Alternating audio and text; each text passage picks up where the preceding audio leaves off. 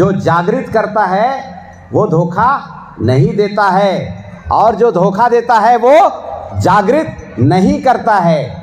ये जो राष्ट्रीय आदिवासी एकता परिषद के जो वक्ताओं के द्वारा, प्रशिक्षकों के द्वारा जो ज्ञान आपको मिल सकता है, वो ज्ञान सेंट्रल गवर्नमेंट आपको कभी भी नहीं देगा। क्यों नहीं देगा? उदाहरण के लिए अभी जैसे हमारे भाई साहब इधर बैठे हुए हैं, ये हमारे सामने गमछा लगा के हमारे जो भाई बैठे हुए हैं, अगर मुझे इसके घर का कोई कीमती सामान को चुराना है तो मैं कब चुरा सकता हूं? जब ये सोता रहेगा तभी तो चुरा सकता हूं ना।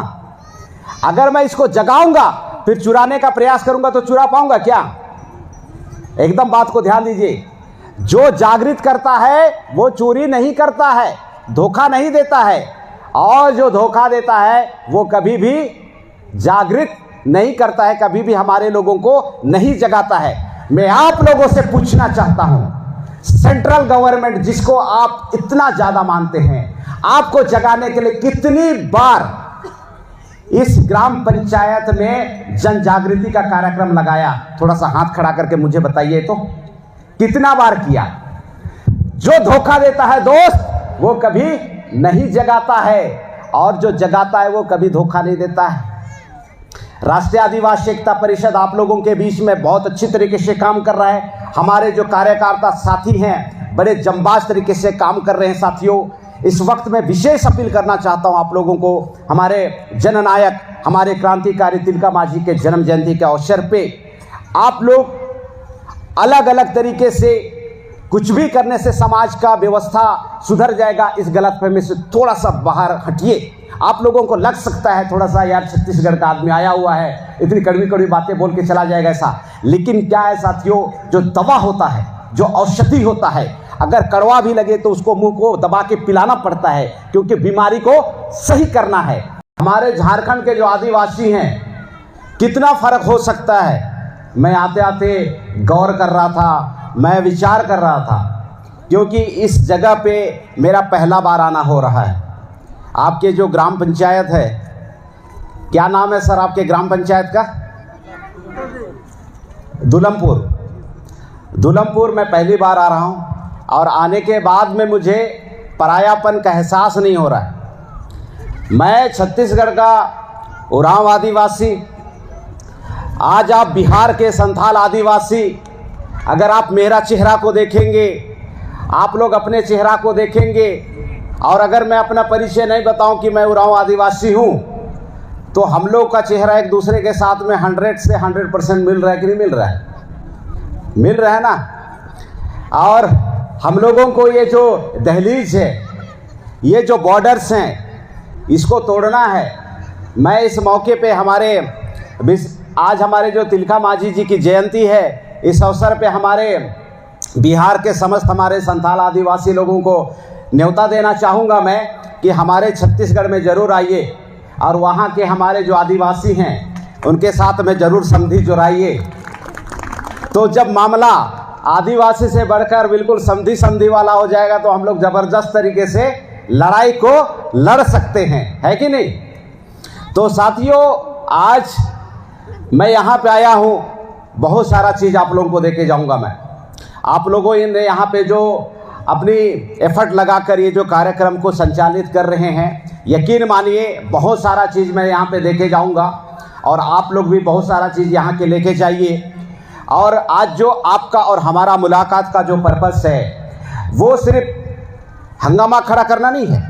आपका हमारा मुलाकात का जो पर्पस है, जो आज मुलाकात का जो बहाना है, ये बहाना बदलाव का होना चाहिए। आज तिलका मांझी की जन्म जयंती मना रहे हैं। 1750 में तिलका मांझी जी की जन्म होती है। 1785 ईस्वी में, बिल्कुल छोटा सा समय, उस समय पे हमारे तिलका मांझी जी शहीद हो जाते हैं। किस लिए? तो आप देखेंगे कि वो हमारी विरासत की लड़ाई लड़ रहे थे, हमारे लोगों की लड़ाई लड़ रहे थे, हमारी जल जंगल जमीन की लड़ाई लड़ रहे थे, विदेशी ताकतों का मुकाबला कर रहे थे, उस समय के मनुवादी व्यवस्था के विरोध में लड़ाई कर रहे थे, उस समय के पूंजीवादी व्यवस्था के विरोध में लड़ाई कर रहे थे, उस समय के सामंतवादी विरोध के व्यवस्था के विरोध में लड़ रहे थे साथियों, और छोटे सी उम्र में वो शहीद हो जाते हैं। तिलका मांझी जी की ये हमारे आदिवासियों की लड़ाई लड़ते लड़ते शहीद हो जाना एक घटना है। इसी तरह से हमारे झारखंड में बिरसा मुंडा 25 साल की अल्पायु में, यहां पे आप देखेंगे तिलका मांझी जी भी छोटी सी उम्र में, और बिरसा मुंडा भी हम आदिवासियों के लड़ाई को लड़ते हुए छोटी आयु में शहीद हो गए। आप अगर इधर बिहार में जाएंगे, रोहतासगढ़ में जाएंगे, तो रोहतासगढ़ में जो आदिवासी लोग अपने हक अधिकार की लड़ाई लड़ते लड़ते वहां से विस्थापन का शिकार हुए, इसी तरह टंट्या भील की लड़ाई को देखेंगे, और तमाम हमारे आदिवासी महापुरुषों का, मूल निवासी महापुरुषों का लड़ाई को आप देखेंगे साथियों। ये जो विदेशी हुकूमत है, ये जो पूंजीवादी व्यवस्था थी, ये जो ब्राह्मणवादी व्यवस्था थी, और ये जो मनुवादी व्यवस्था थी साथियों, ये हमारे पुरखों के साथ में जानलेवा हमला किया और हमारे आदिवासी नेतृत्व को खत्म करने का काम किया है साथियों। तो इस वक्त में हम लोग आज उनकी जयंती मना रहे हैं, और बाबा साहब अंबेडकर हमेशा एक बात को कहते थे कि हमें जय जयकार करके समय खराब नहीं करना है, बल्कि हमारे महापुरुषों का जो अधूरा कार्य है, उस अधूरे काम को पूरा करने में अपनी जान की बाजी लगाना है। तो अधूरा कार्य क्या रह गया है साथियों, गौर करने की जरूरत है। अधूरा कार्य है कि पहले हमारी कबीलाई व्यवस्था चलती थी, इस कबीलाई व्यवस्था में हमारा कानून व्यवस्था चलता था, हमारा न्याय व्यवस्था चलता था, और हमारे कबीले में 100% नियंत्रण हमारा रहता था। मैं आप लोगों से आज पूछना चाहता हूं, वो जो प्रूढ़ी प्रथा है, वो जो कबीलाई व्यवस्था है, वो जो कानून की व्यवस्था है, क्या आज आपके हाथ में है? वो जो व्यवस्था है आज आपके हाथ में है? आप कबीलाई व्यवस्था अपने गांव में चला पा रहे हैं क्या? वो घर के बाहर के लोग आप अपने घर में कैसे चलोगे, इसका निर्णय ले रहे हैं। दिल्ली से कानून बन के आ रहा है, वो आपको थोपा जा रहा है। तो आज वर्तमान में 2025 में साथियों, ये जो उनके द्वारा थोपा हुआ विधि, उनके द्वारा थोपा हुआ जो कानून व्यवस्था है, आज हम आदिवासियों के लिए सबसे बड़ा समस्या का कारण है। और इसी समस्या को खत्म करने के लिए हमारे तिलका मांझी जी, हमारे बिरसा मुंडा जी, हमारे रोहतासगढ़ के आदिवासी, हमारे टंट्या भील जैसे आदिवासी इसी लड़ाई को लड़ रहे थे।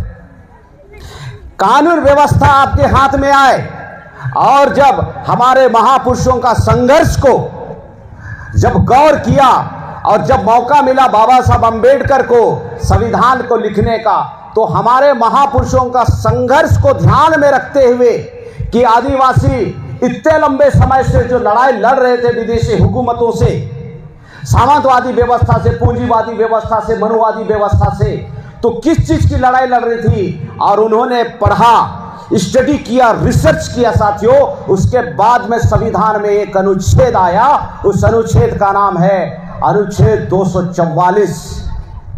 आज 244 अनुच्छेद हम आदिवासियों को मिला है विशेष अधिकार, विशेष अधिकार मिला हुआ है, एक्स्ट्रा प्रिविलेज मिला हुआ है हम लोगों को। लेकिन आप लोग हैरान हो जाएंगे, 1950 में ये संविधान हमको लागू हुआ, अमल में आज तक नहीं आ पाया। काम अधूरा है कि नहीं है? काम अधूरा है कि नहीं है? पूरा करना चाहिए कि नहीं करना चाहिए?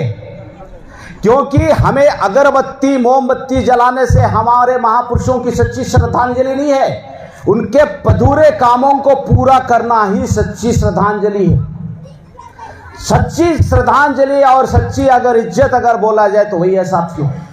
उस दौर में हमारे लोग ताकत के दम पे लड़ाई लड़ते थे, उस समय हथियारों का इस्तेमाल किया करते थे साथियों।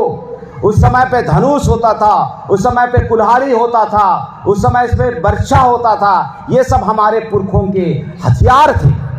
अगर हम उस समय के हथियार को इस वक्त अगर इस्तेमाल करेंगे 2025 में, तो हमारे साथ में क्या होगा, हमारे ऊपर में मर्डर का और हक मर्डर का धारा लग जाएगा और हम लोग लड़ाई को नहीं लड़ सकते। तो आज पूरे भारत देश में राष्ट्रीय आदिवासी एकता परिषद के तत्वाधान में समस्त हमारे आदिवासी कौम को, समस्त हमारे भारत देश के आदिवासियों को प्रशिक्षित करने का जबरदस्त तरीके से मुहिम चलाया जा रहा है। बहुत जबरदस्त तरीके से मुहिम चलाया जा रहा है। और आज 2025 में आदिवासियों का जो सबसे बड़ा हथियार है वो साथियों, उस हथियार का नाम है ज्ञान।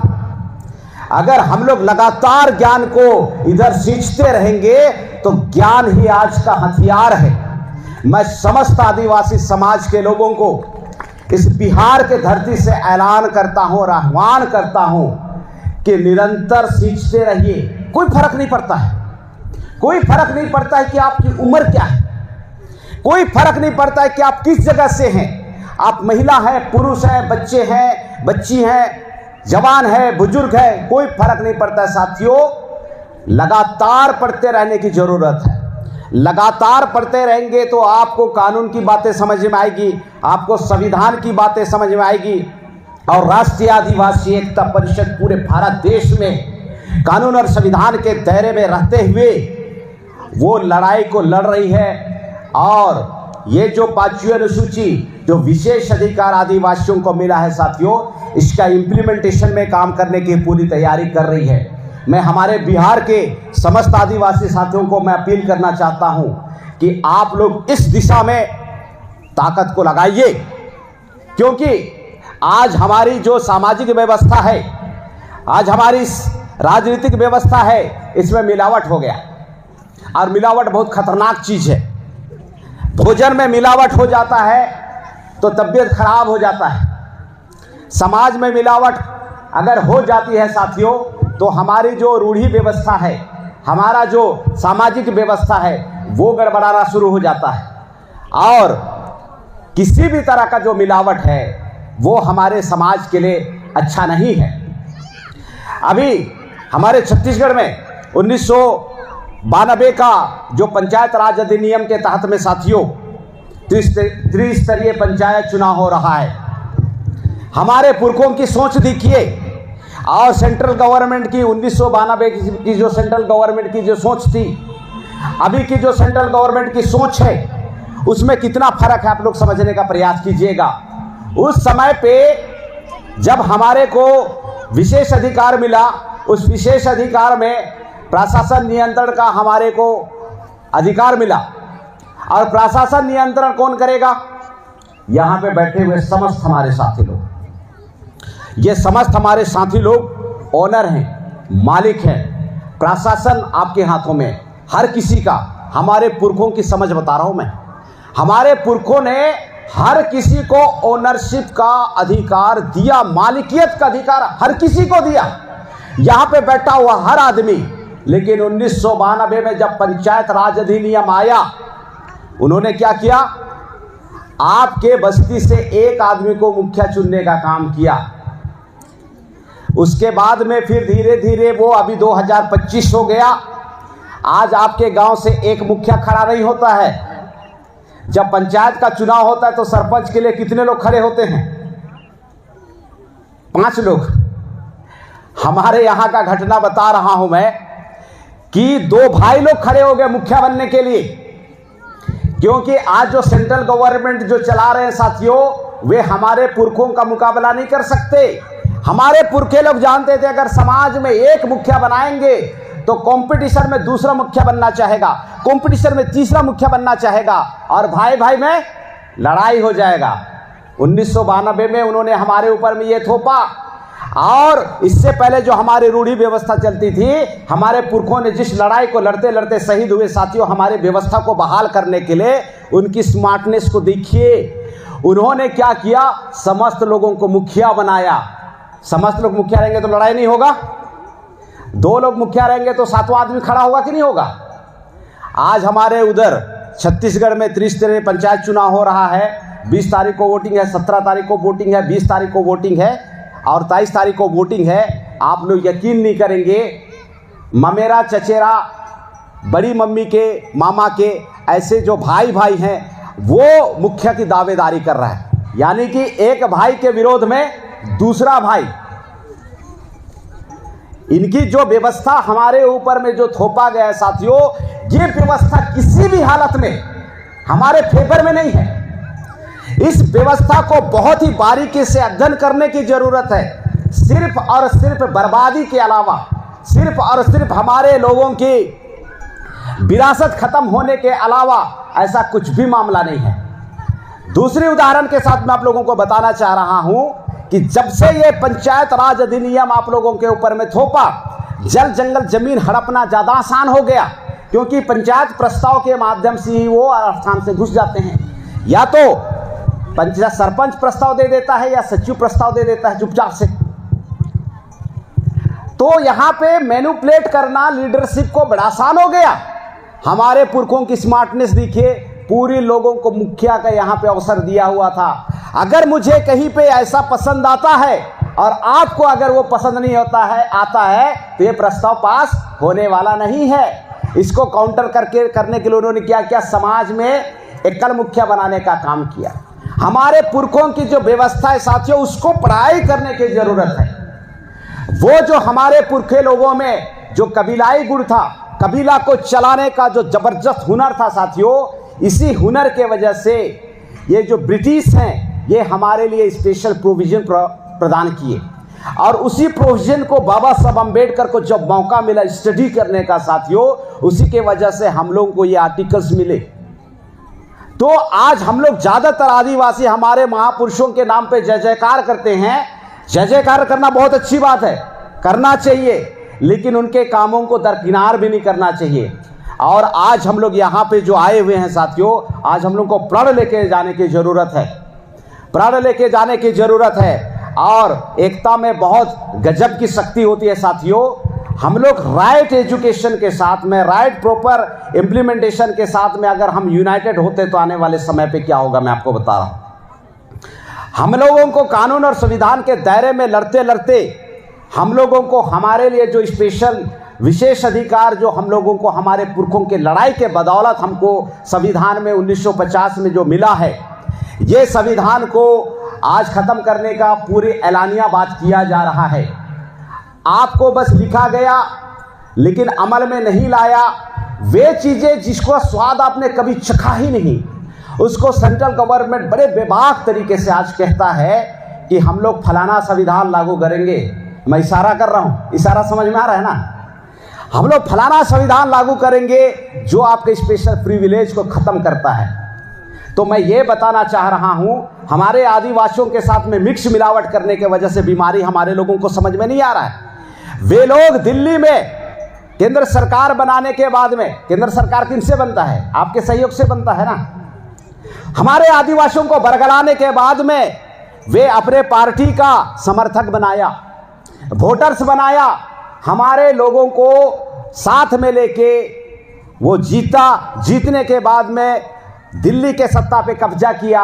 और दिल्ली के सत्ता में कब्जा करने के बाद में एकदम खुलेआम बोल रहा है, क्या बोल रहा है कि हम ठिकाना संविधान लागू करने वाले हैं। और हमारे आदिवासियों को समझ में नहीं आ रहा है मामला, जिसके वजह से आपको ये जिंदगी मिला हुआ है, जिसके वजह से ये जो हमारी जो स्टैंडर्ड है वो मिला हुआ है। हमारे बहुत सारे अगुआ लोग छत्तीसगढ़ में काम करते हैं, वो अक्सर प्रबोधन में एक चीज को बताते हैं साथियों, 1950 से पहले हमारे समाज को कुत्ता तक नहीं पूछता था। 1950 से पहले हमारे समाज को कुत्ता तक नहीं पूछता है। और हमारे लोग बरगलाने के वजह से, बरगला जाने के वजह से जो लोग हमारे ऊपर में जातिगत सामाजिक प्रताड़ना किया, उसी की पॉलिटिकल पार्टी को आज हमारा आदिवासी अनजाने में समर्थक बन के समर्थन दे रहा है। सत्यानाश का प्रमुख कारण यही है। जागृति का पहला सिद्धांत होता है साथियों, दोस्त को और दुश्मन को पहचानना। आज हमारे लोगों से गलती क्या हो रही है कि जो दुश्मन है उसी को साथ दिया जा रहा है, दुश्मन और ताकतवर हो रहा है और हमारे लोगों में मिलावट करने का काम कर रहा है।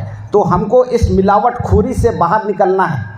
अगर हम मिलावट की लड़ाई लड़ते रहेंगे, मिलावट वालों से ही मिल मिल के हम लोग लड़ाई लड़ते रहेंगे, तो हमारे तिलका मांझी का जो संघर्ष है, इनका जो बलिदान है, ये व्यर्थ हो जाएगा।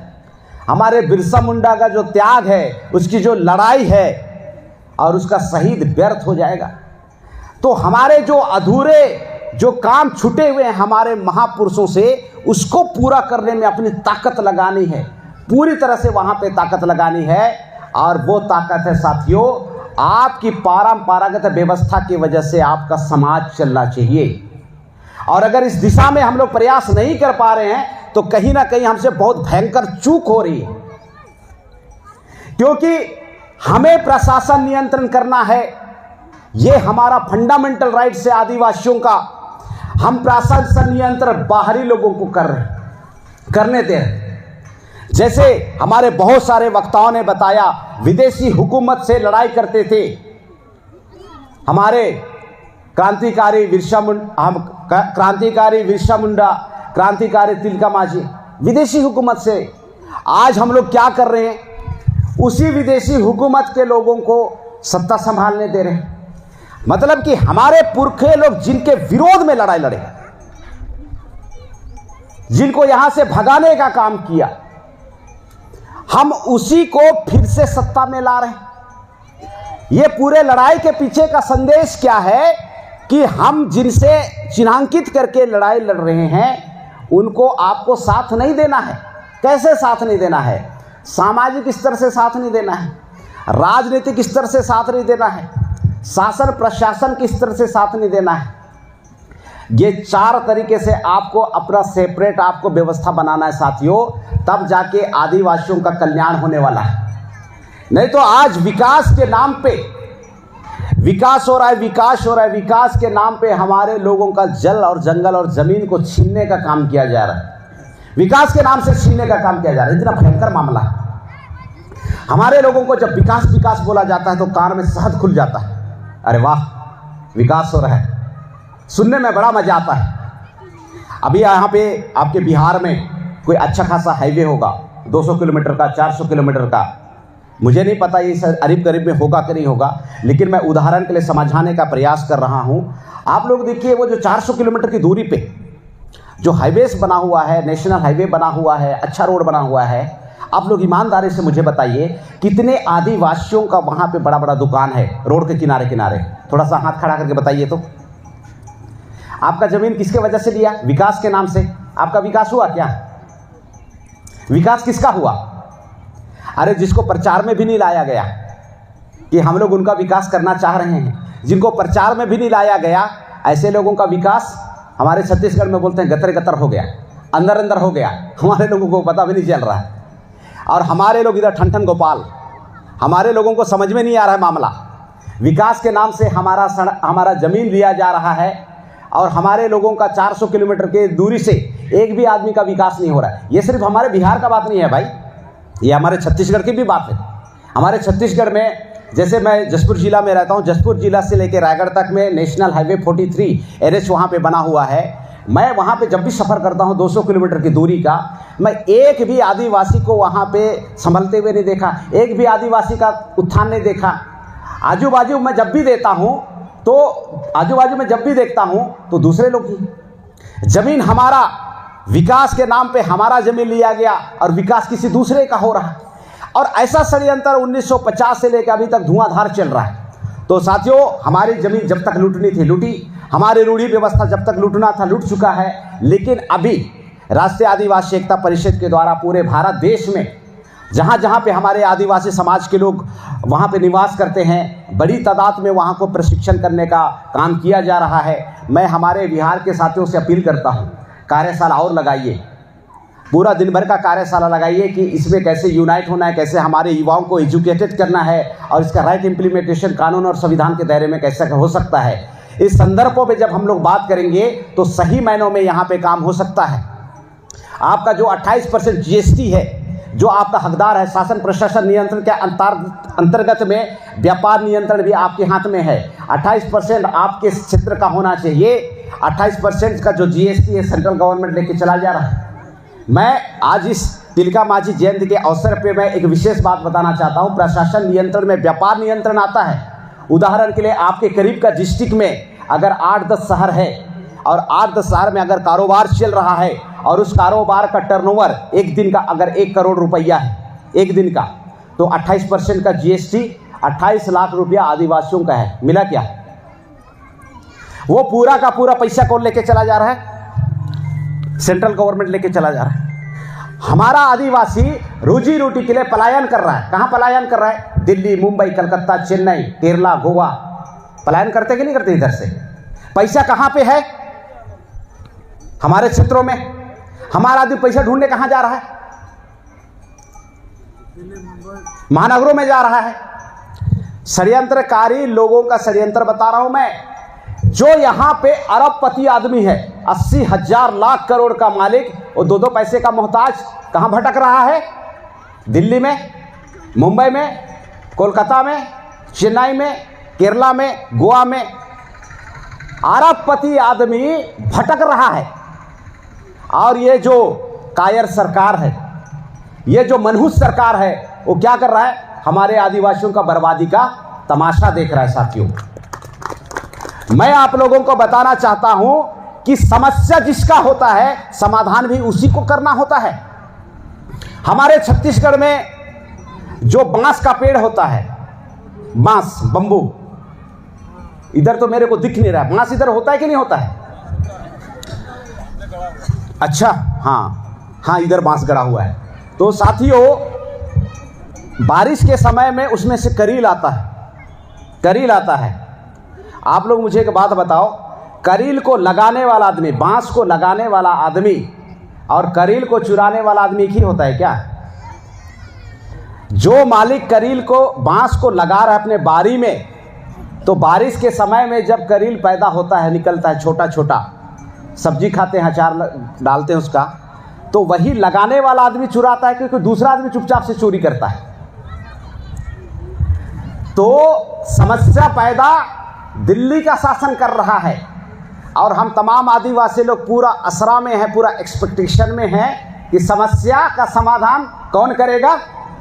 दिल्ली वाले लोग करेंगे। तो दिल्ली वाला करेगा क्या? समस्या पैदा करने वाले लोग अलग होते हैं और समाधान करने वाले लोग अलग होते हैं। समस्या पैदा वो कर रहे हैं दिल्ली में बैठ के, समाधान करने वाले आप लोग हैं। आप फोकट में आप उम्मीद मत करना कि उधर से समाधान होगा। उधर से सिर्फ क्या होगा साथियों? सिर्फ बर्बादी होगा। हमारे आदिवासियों का क्या होगा?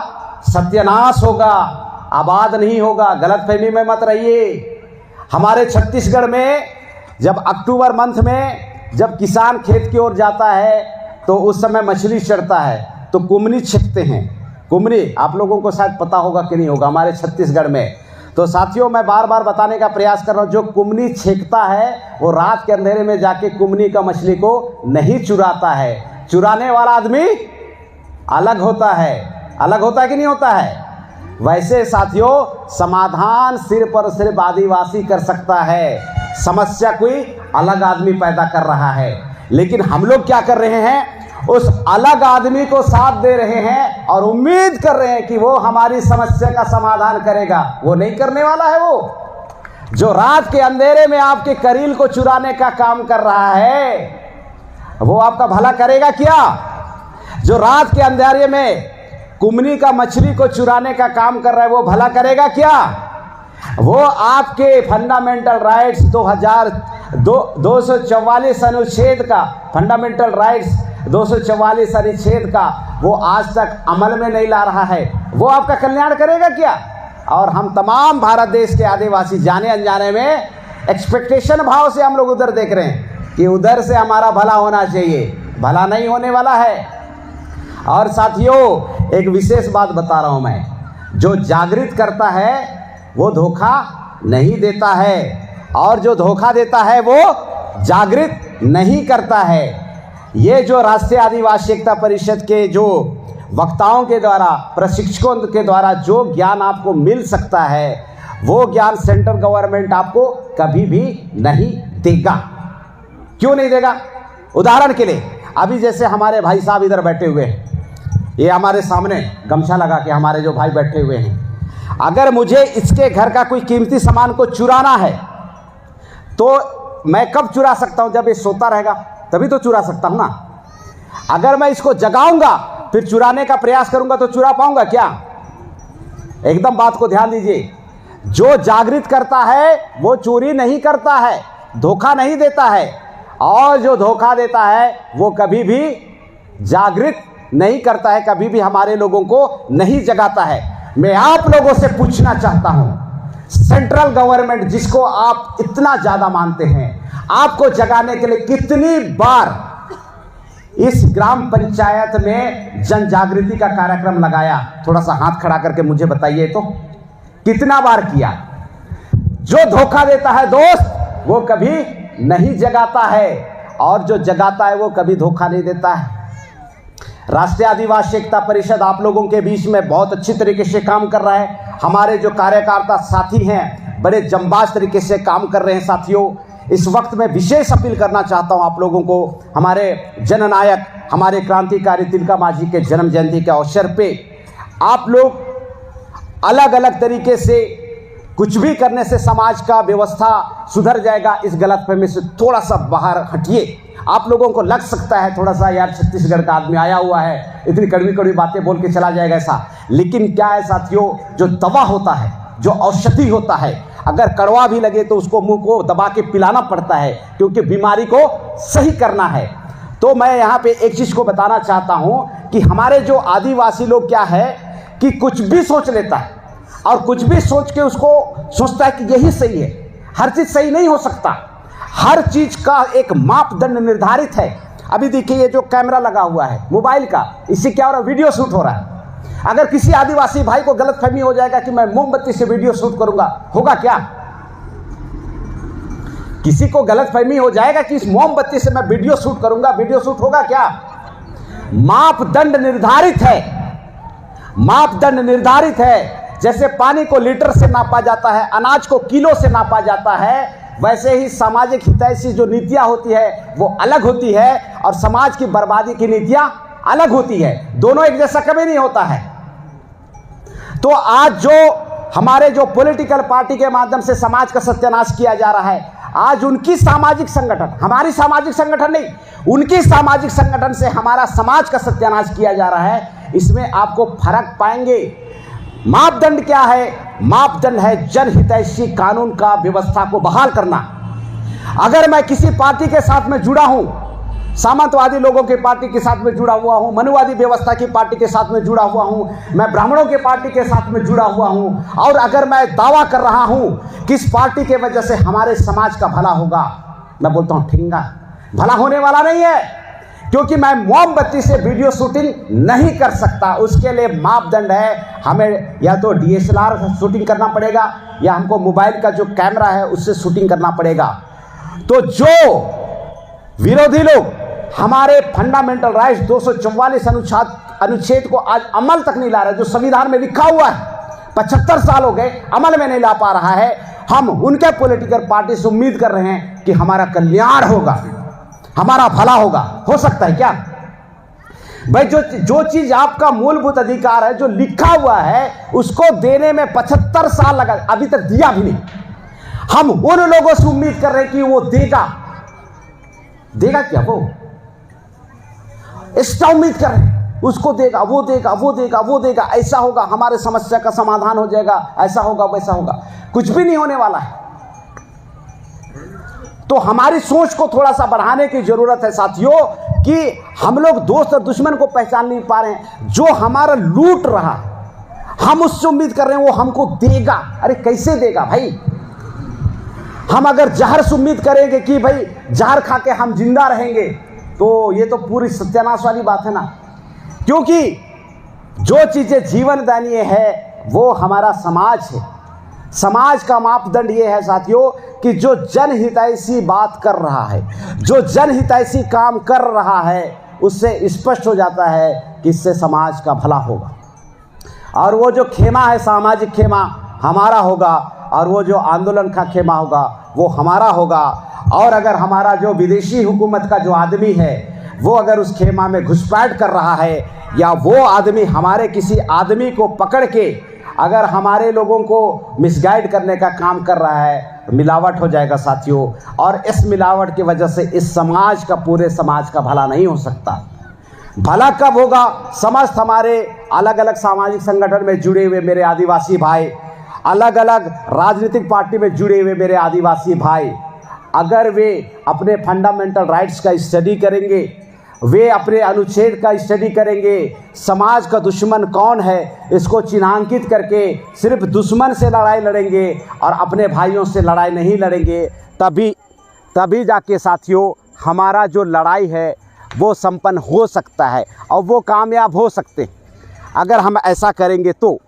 और अगर हम ऐसा नहीं करेंगे तो साथियों ये लड़ाई कई साल आगे निकल जाएगा, लेकिन हमारे लोगों को न्याय नहीं मिल पाएगा। तो इस मौके पे प्रण लेके जाना है, हम लोगों को प्रण लेके जाना है, कसम खा के जाना है कि हम समाज के दुश्मनों को कभी साथ नहीं देंगे। समाज के दुश्मनों को साथ देने वाले आदिवासी भाइयों को हम लोग सही जगह पे लाएंगे और हमारे समाज के लिए जो फिक्स पैरामीटर है, जो मापदंड है, उस मापदंड के अकॉर्डिंग काम करेंगे, तभी हम लोग यहाँ पे बदलाव ला सकते हैं।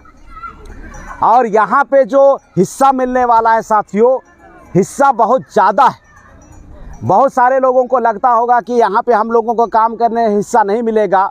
मैं इशारे में बताया था, हिस्सा इतना ज़्यादा है, 80,000 लाख करोड़ रुपया का हिस्सा है। इतना पैसा आज के समय में अडानी का भी नहीं है, अंबानी का भी नहीं है। लेकिन हमारे लोग छोटे छोटे स्वार्थ में अगर टुकड़े टुकड़े में काम करेंगे, हमारे समाज के विरोध में काम करेंगे, तो सत्यानाश होना तय है। इसलिए हम लोगों को यहाँ पे समझने की ज़रूरत है, यूनाइट होने की ज़रूरत है। मुझे जैसे जब मुझे पता नहीं था, राष्ट्रीय आदिवासी एकता परिषद में जब मैं नहीं जुड़ा था साथियों, तो मुझे ये चीज़ पता नहीं चलता था, मुझे ये चीज़ पता नहीं चल रहा था कि लड़ाई कैसे लड़ना है। लेकिन जब मुझे पता चला कि इसका बहुत ही स्मार्ट तरीके से काम हो सकता है, तो साथियों इलेक्ट्रिसिटी भी गुल हो गई। तो मैं ये बताना चाह रहा था कि जब हम लोग हिस्सा की बात आती है, तो अभी एक बहुत वाहियात टाइप का डायलॉग है, हिंदी पिक्चर का एक डायलॉग है, बहुत बुरा टाइप का डायलॉग है। क्या डायलॉग है? बाप बड़ा ना भैया, सबसे बड़ा रुपया, इस टाइप का जो बात बोलते हैं, ये हमारे आदिवासियों के ऊपर लागू नहीं होता है। अलग अलग रहने से कौड़ी कौड़ी का मोहताज हो जाएंगे, लेकिन साथ में लड़ेंगे तो 80,000 लाख करोड़ हमारा वेलकम करने के लिए बैठा हुआ है। अब यहाँ पे आप लोगों को सोचना है, कौड़ी कौड़ी का मोहताज होना है कि थोक के भाव पे एक साथ लड़ाई लड़ने से 80,000 लाख करोड़ इंतजार कर रहा है, वो चीज़ लेना है, ये आप लोगों को सोचना है।